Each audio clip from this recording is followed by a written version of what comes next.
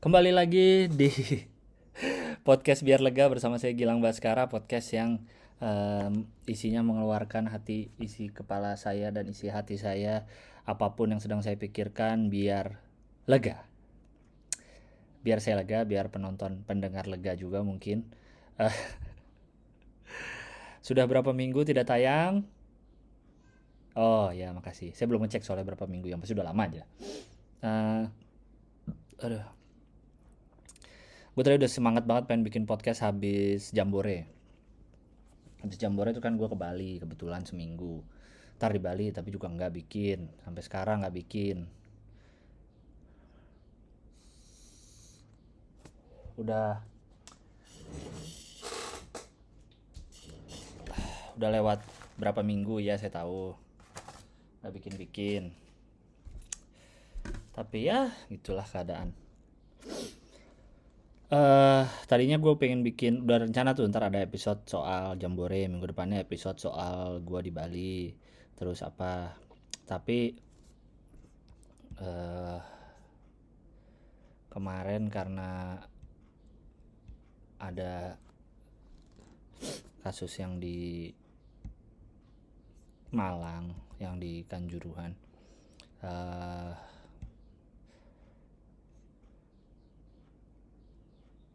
sedih sedih sekali sih, sedih banget gitu, kayak pengen, ya ini sebenarnya niatnya juga sekarang nih mau bikin episode Jambore, tapi gue mau bahas dikit soal Kanjuruhan karena mengganjal sekali di kepala saya, apalagi di kepala orang-orang lain yang pencinta bola, apalagi ya maksudnya gue aja yang bukan penonton bola banget gitu nyangkut di kepala gue, apalagi kalian-kalian yang memang penonton bola, apalagi kalian yang tinggal di Malang dekat situ, apalagi kalian yang nonton langsung di lapangan di stadion, pasti nggak bisa hilang, apalagi nggak akan bisa hilang di kepala kalian. Gue baca-baca beritanya aja, berarti ini kan udah dari hari Sabtu ya, kejadiannya kan Sabtu tanggal 1 Oktober. Gue sekarang nih hari Rabu, Minggu, Senin, Selasa, Rabu, 4 hari lah kurang lebih. uh, gue belum lihat ada yang minta maaf, ada Kapolda Jawa Timur ya minta maaf, yang dicopot ada Kapolres Malang, terus ada komandan-komandan Brimopnya juga dicopot, terus ada yang ditanya-tanya. Tapi gini, gue waktu yang kasus dulu pernah ada uh, supporter Persija ya yang meninggal ya, Haringga atau siapa gitu ya. Maaf kalau salah, coba saya cari dulu ya.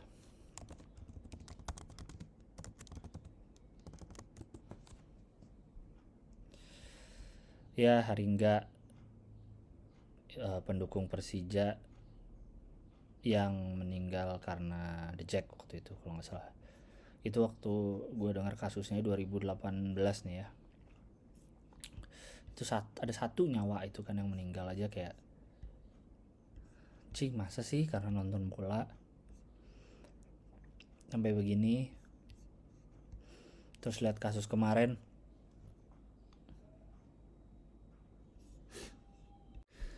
apalagi kemarin ratusan nyawa, walaupun polisi statementnya 120, cuma kayaknya masih simpang siur sampai sekarang ya.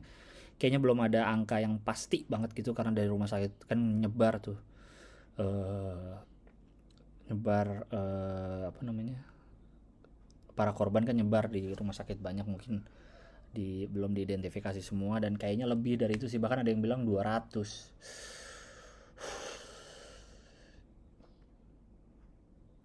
Gue ngilu banget sih, jujur saya ngilu, nggak pantas gitu. Itu ya deh, oke, kalau yang kasus yang Haringga itu kan karena bentrokan dua supporter. Kalau ini udah jelas karena apa, karena orang desek-desekan, orang sesak napas. Desek-desekan kenapa? Karena tribunnya penuh dan semua pada pengen keluar dan bottleneck, pintunya kecil. Kenapa pada pengen keluar buru-buru? Ya karena ada gas air mata. Kenapa ada gas air mata? Karena ada yang nembakin. Siapa yang nembakin? Muncul kali dari langit gas air mata. Betul, ini saya ngerekamnya langsung ke laptop lagi. Jadi kalau nggak ada mic eksternal, jadi kalau kurang jelas atau apa ya nggak apa-apa lah ya. Biar langsung satset gitu. Kayak gitu, itu yang terjadi. Sebentar ya, gue balas chat bentar.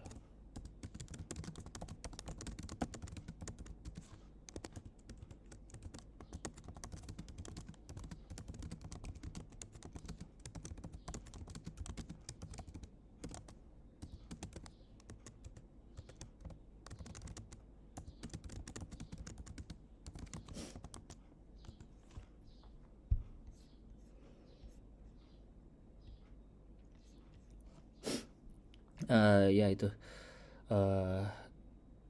Karena itu jelas, dan ini ratusan orang. Ya kalau kita baca berita itu statistik, ya nggak kan katanya kan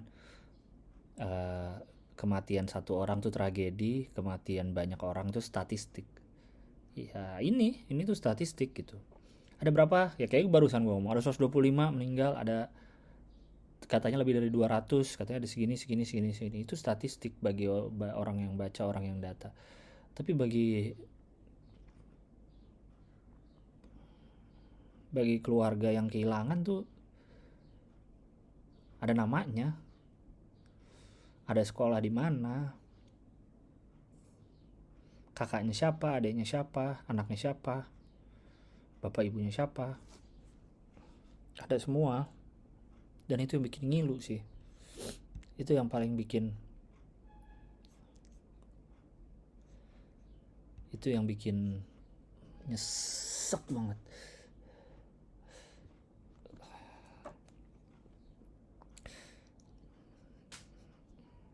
Gue ngeliat tiap ada korban, ya walaupun bukan penonton bola kan, tapi kalau ada rusuh atau apa kan pasti beritanya kemana-mana ya, dan semua orang pasti lihat.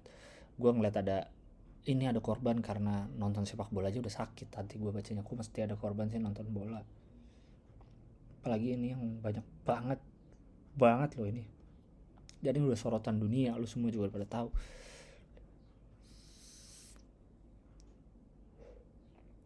Sakit jiwa negara ini udah. Kalau nggak ada yang dipidana, nggak ada yang udah nih terpidana, ini penanggung jawabnya lo dipidana, ini udah sakit negara ini sih menurut gua kalau udah nggak ada sampai kayak gitu.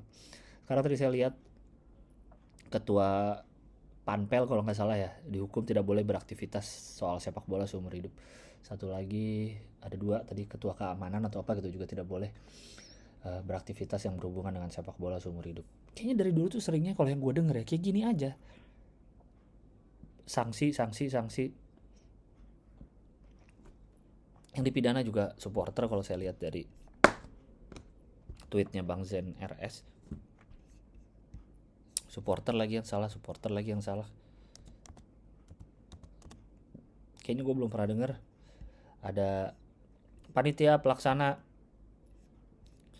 dipidana karena ada yang meninggal di ini gitu, atau apa, anggota keamanan pidana gitu.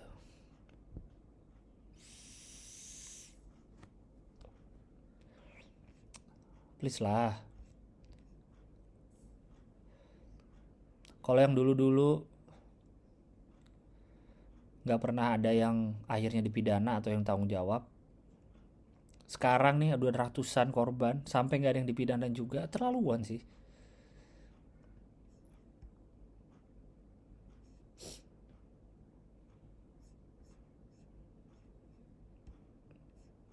Aneh kalau sampai benar-benar nggak ada gitu.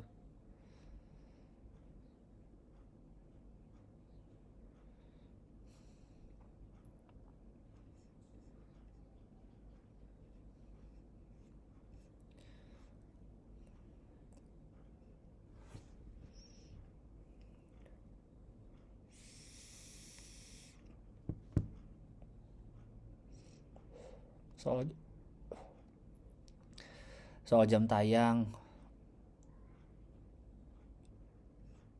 yang kayak gitu-gitu. Ini juga pengetahuan baru bagi gue kalau jam tayang tuh ngaruh. Awal gue juga apa ngaruhnya sih tayang jam berapa bola, maksudnya main jam berapa di lapangan gitu ya.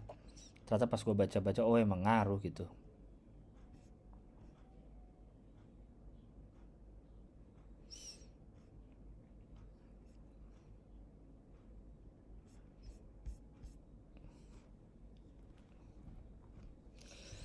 Tapi masa nggak ada yang di, jangan lama deh, jangan berlarut-larut mau nunggu sampai orang lupa.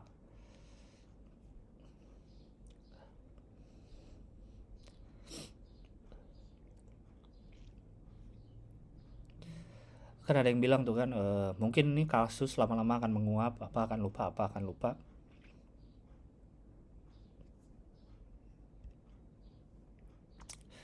Tapi akan ada seorang ibu yang selamanya akan benci dengan sepak bola.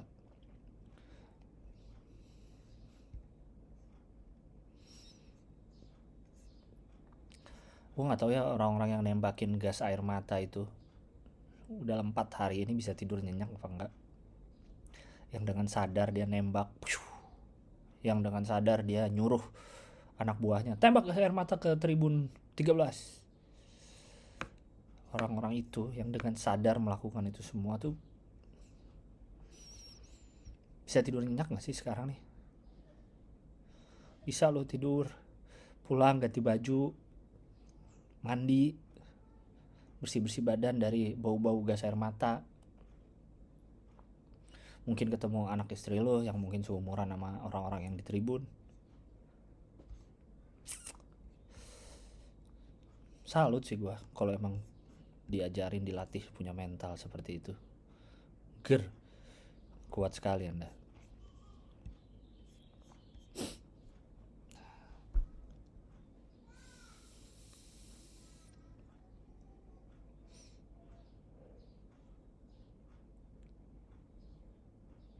Harusnya sih nggak bisa tidur ya. Ya siapalah saya ngatur bisa tidur atau enggaknya orang. Ya jangan samain sama gue aja nggak, nembakin orang pakai gas air mata, kadang-kadang susah tidur.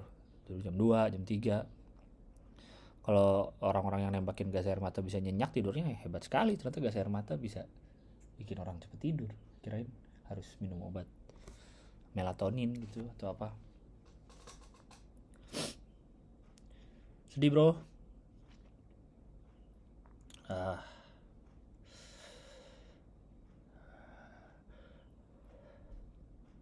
ada orang tua, ada anak satu selamat, orang tuanya dua-duanya nggak selamat. Ada yang orang tua kehilangan 3 anaknya sekaligus. Ada yang sekeluarga bawa anak cucu, tapi yang nggak selamat yang kakeknya satu. Sisanya selamat semua karena kakeknya nolongin yang lain.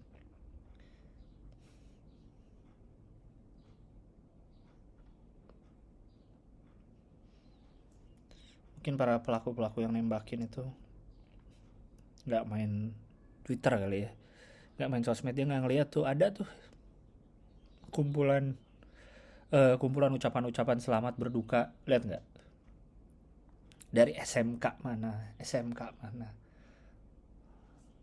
bro, itu belasan tahun umurnya, 15 16 umurnya, 14, ada yang 3 tahun 4 tahun.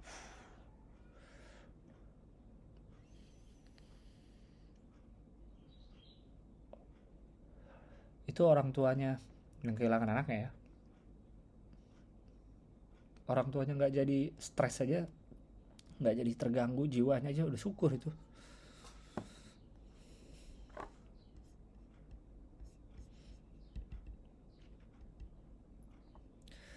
Gelo gelo.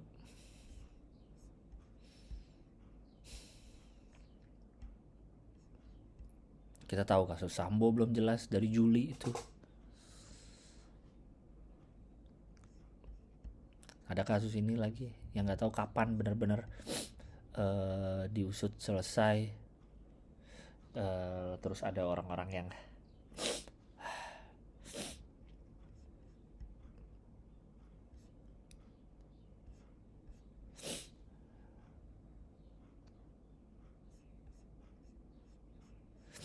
uh,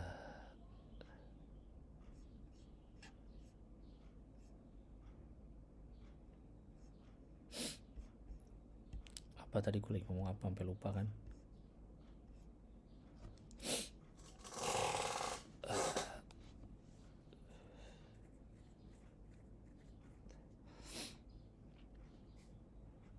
Apa tadi gue lagi ngomong apa ya. Anjing lupa kan. Gara-gara Mamat gara-gara Mamat nih di Twitter. Gue sambil ada lihat Twitter soal Mamat, jadi lupa tadi gue lagi ngomong apa.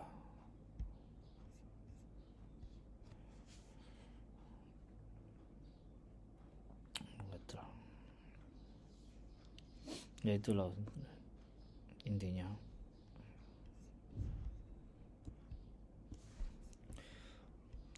Kayaknya emang nggak nyangka ke sini arah rusuhnya gitu, arah kerusuhannya, karena saya yakin petugas keamanan udah mikir kan, oh ini nggak ada supporter tim lawan nih, aman nih pertandingan, orang isinya Aremania semua.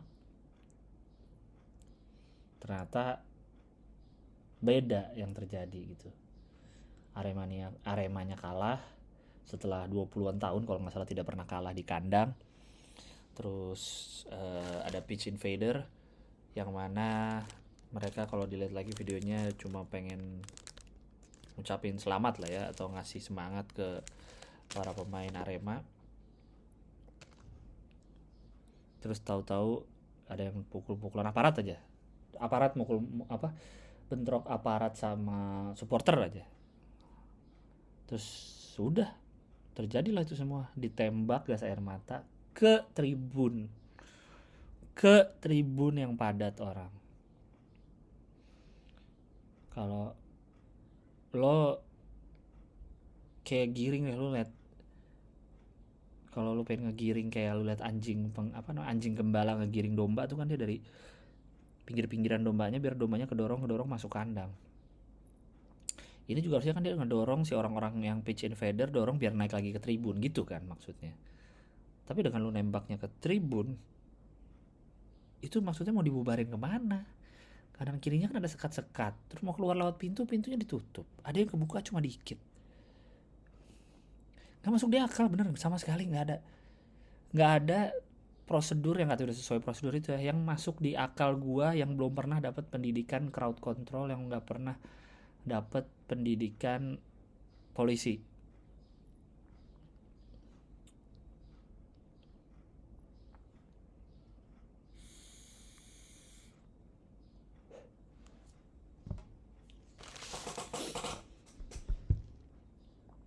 Iya, kalau karya itu dia lu nggak ngerti karena lu belum pernah dapat pendidikan crowd control.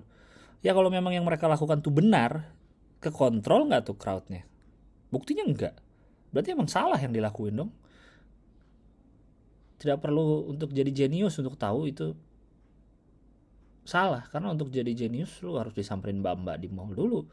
Jeniusnya kak, aduh.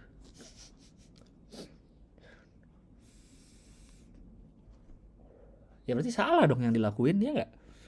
Kalau buktinya nggak bubar, ya gimana mau bubar, ditutup pintunya, dan buktinya jadi masa nggak bubar malah makin banyak yang kena korban, yang jatuh jadi korban.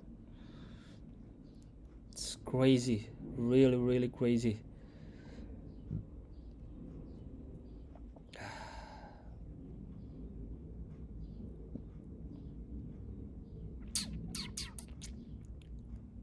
Gila banget ya, gue masih nggak habis pikir loh, bener-bener gila yang terjadi kemarin tuh. Kok bisa kayak gini? Polisi juga kok nggak langsung minta maaf gitu, ini salah prosedur, malah bilang ini sesuai prosedur. Ada yang bilang saya nggak pernah nyuruh nembakin gas air mata kok. Ada yang bilang polisi padahal udah nggak bawa senjata.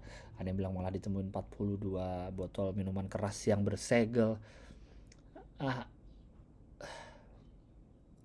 Gimana gue bisa mau percaya, gimana rakyat mau bisa kembali kepercayaan?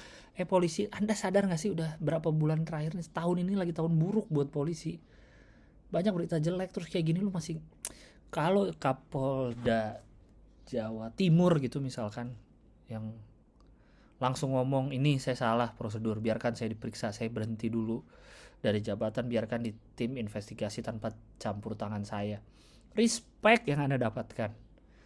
Yang Anda dapatkan respect dari seluruh rakyat Indonesia kalau Anda mau bertanggung jawab. Dan saya yakin kalaupun Anda ini copot dari jabatan Anda di pejabat di manapun, Anda akan dapat kerjaan lain yang lebih bagus karena orang pasti respect dan pengen bantu Anda lebih karena tahu nih orang punya integrity nih.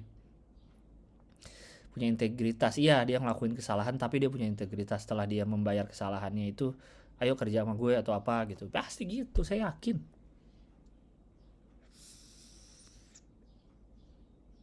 Respect orang pasti. Dan respect tuh nggak bisa dibeli. Tapi dengan kayak gini kan orang makin gak respect sama Anda. Anda bawa bapak yang namanya bisa kita googling, yang kita bisa tahu jejak rekornya apa, nama-nama kalian tuh di mana-mana gitu.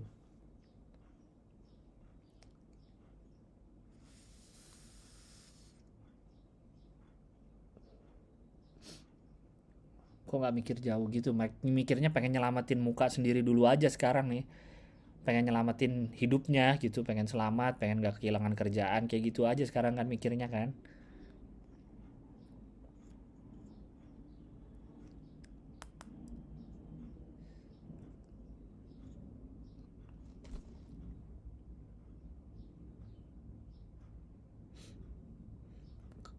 Almarhum kakek gue polisi bro, tapi sekarang benci gue sama polisi. Kalau kayak gini mah Pak Listio nih nggak dapet respect sama orang-orang jadinya. Kalau bapak bisa tegas aja langsung.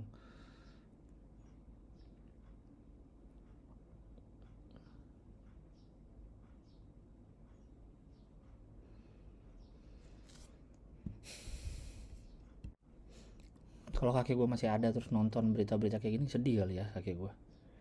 Atau nggak tahu deh. Dulu waktu masih hidup, gue nggak pernah ngobrol soal polisi sih sama kakek. Soalnya dia lebih banyak cerita-cerita lucu, kocak kakek gue tuh. Ya gitu-gitu aja, gue nggak pernah nanya-nanya juga gitu soal apa. Apalagi karena pas gue udah mulai stand up segala macam, udah mulai dengernya susah kayak gitu-gitu. Jadi nggak banyak tanya jawab. Gue dulu polisi gimana sih, bagian apa sih, gue aja nggak tahu sebenarnya kakek gue bagian apa segala macam. Sedih mungkin kakek gue kalau ngeliat begini.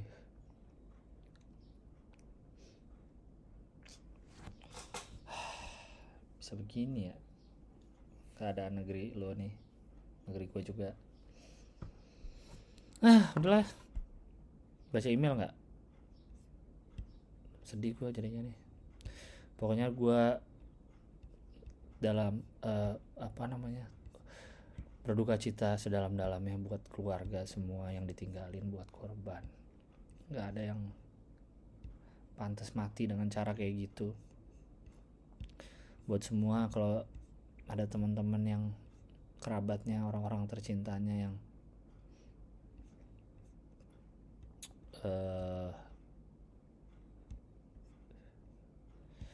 menjadi korban juga kemarin, gue harap lo dikuatkan selalu. Dan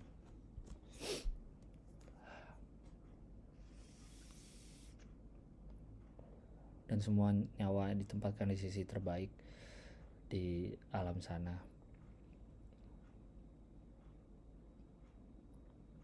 Sedih banget gue.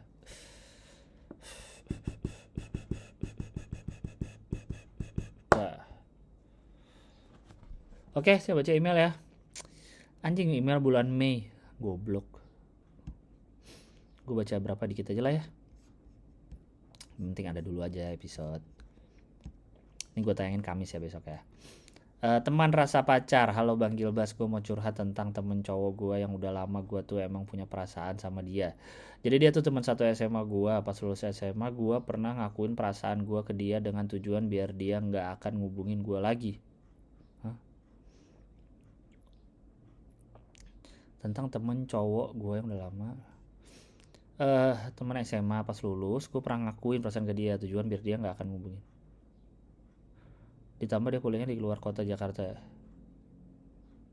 Hah, lu nyatain perasaan tapi biar dia gak ngubungin lagi, aneh juga ya. Oke, internet gue mati nih. Oh ya oke. Tapi gue nggak nyangka hampir setiap semester saat dia pulang ke Jakarta dia selalu ngajak gue jalan. Kadang pas kita ketemuan gue ngajak sahabat cewek gue biar gue sama si cowok ini nggak berduaan banget.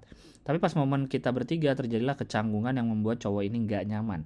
Akhirnya makin lama gue memutuskan kalau mau ketemu dia ya berduaan aja. Nah saat kami ketemu berduaan itu dia jadi pribadi yang beda, makin kebuka sama gue. Sebenarnya pada saat itu kami nggak terlalu deket banget. Sampai tiba pada suatu saat gue pernah komen salah satu WA story-nya dia. Ya Allah, lu ngeliatin WA story orang ya? Dia malah tiba-tiba curhat tentang kehidupan dia yang belum dia ceritain ke orang lain katanya. Semacam deep dark side-nya dia lah.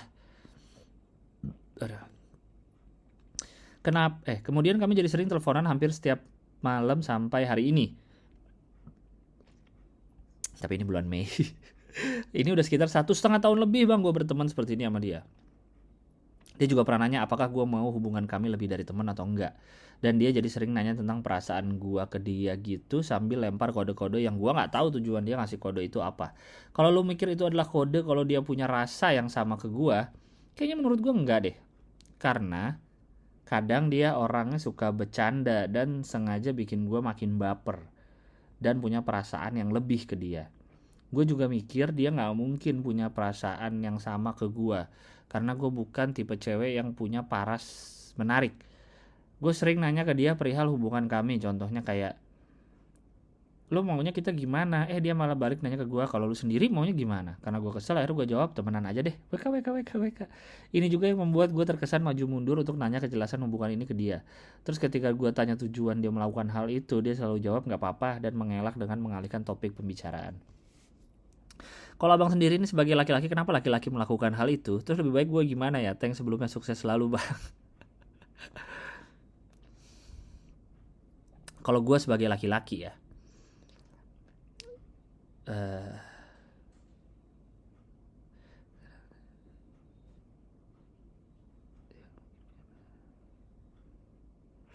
kalau gue sebagai laki-laki gue melihatnya dia hanya mencari tempat atau teman nyaman. Bukan mencari emang serius suka gitu. Kalau gue lihatnya, karena gue juga pernah mengalami hal seperti ini saat putus sama pacar yang dulu. Setelah itu kan ada masa kosong nih, gue nggak punya pacar lagi, tapi gue pengen tetap ada yang bisa gue chat, ada yang bisa gue kabarin atau cerita apa gitu. Nah kayak gini nih, tapi saya ada cewek nih, gue merasa ngobrolnya enak, tapi entah kenapa nggak ada nih rasa sukanya atau pengen gue pacarin, nggak ada nih. Tapi gue senang aja ada yang chat gitu-gitu. Nah yang menjadi masalah adalah yang jadi saya pelajari yang kaminya nih sebagai laki-laki merasa itu orang gue cuma nanya-nanya kabar biasa kok, cuma gini-gini doang. Enggak lah, bukan sesuatu yang pengen bikin baper lah atau apa gitu loh. Kita merasanya gitu sebagai laki-laki. Tapi yang kita nggak tahu si pihak lawan ini ngerasanya apa gitu. Karena kalau dari kamu kan kamu merasa agak-agak baper, agak apa itu kan. Itulah dimana situasi dimana kita tidak bermaksud jahat, kita hanya pengen temenan, hanya seneng dengan ini ya, tapi jadinya jahat sama si pihak satunya. Kalau di cerita ini kamu gitu, di pihak ceweknya jadinya kerasanya jahat karena anjing lu ngasih gue perhatian, ngasih gue gini, tapi apa mau lu gitu kan, nggak enak digituin. Kalau mau yang jelas gitu.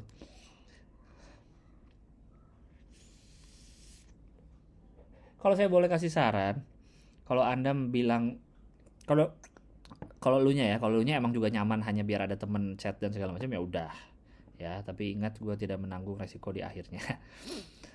Siap-siap aja tanggung sendiri resiko di akhirnya. Tapi kalau lu merasa gue udah suka nih sama nih cowok nih, mending lu jelas tanya lu maunya apa. Kalau gue sih suka nih, kalau enggak ya udah stop, karena ini demi kesehatan anda juga ya. Karena kalau udah semakin larut semakin dalam sakitnya, jatuhnya semakin sakit, anda semakin tinggi, naik balon udara, naik jatuhnya makin tinggi kan makin sakit. Ini mumpung masih tinggi 4 meter ya sakit juga sih, tapi masih lebih aman lah. Tapi saya nggak tahu ya, ini kan bulan Mei, yang mana udah 5 bulan lalu. Ya kayak gitu, semoga Anda tidak terjebak dengan kayak gini. Dan saya yakin bisa jadi cowoknya ini nggak ada maksud, tidak ada maksud jahat untuk nih gue mainin nih cewek, cuma buat gue bikin nyaman doang, enggak. Tapi karena kayak gini jadinya tanpa sengaja menyakiti. Gitu deh, semoga Anda paham. Gue berapa menit sini total? 30 menit. Tapi emailnya tinggal dikit nih yang belum gue baca. 9 email. Yang berikutnya malah cuma Hi, I'm Rosie Coleman, nice meeting you. Spam anjing. Ntar kalau gue baca-baca banyak, ntar episode depan gue gak punya bacaan lagi nih. Jadi gitu.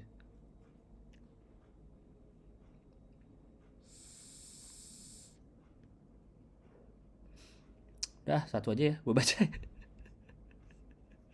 Ya, semoga masih ada yang mau ngirim email ke sini dan masih dengerin. Terima kasih banyak sudah menunggu. Nggak tahu masih ada yang nunggu apa enggak ya, tapi gue nggak mau janji, tapi pengen rajin lagi gue, sumpah. Gue harus manage waktu dengan baik nih biar ini tetap tayang, semua yang gue jalanin tetap tayang semua gitu, nggak ada yang dilupakan. Apalagi gue pengen cerita apa ya, udah sih. Sekali lagi gue turut berduka cita sebanyak-banyaknya. Mari kita kawal sama-sama kasus ini biar nggak nguap gitu aja. Ingat, masih ada kasus Sambo yang belum kelar, ada pindah ibu kota baru juga yang nggak jelas, ada kereta cepet Jakarta Bandung yang nggak jelas juga, dan ntar lagi tahun politik 2024. Ini udah mau 2023 loh, so brace yourself. Ini akan ada kekacauan di sosmed lagi menurut gue sih, jadi siap-siap aja ya semuanya nih. Oke, sampai jumpa. Terima kasih banyak udah mendengarkan. Sampai jumpa di episode berikutnya. Oke, bye-bye.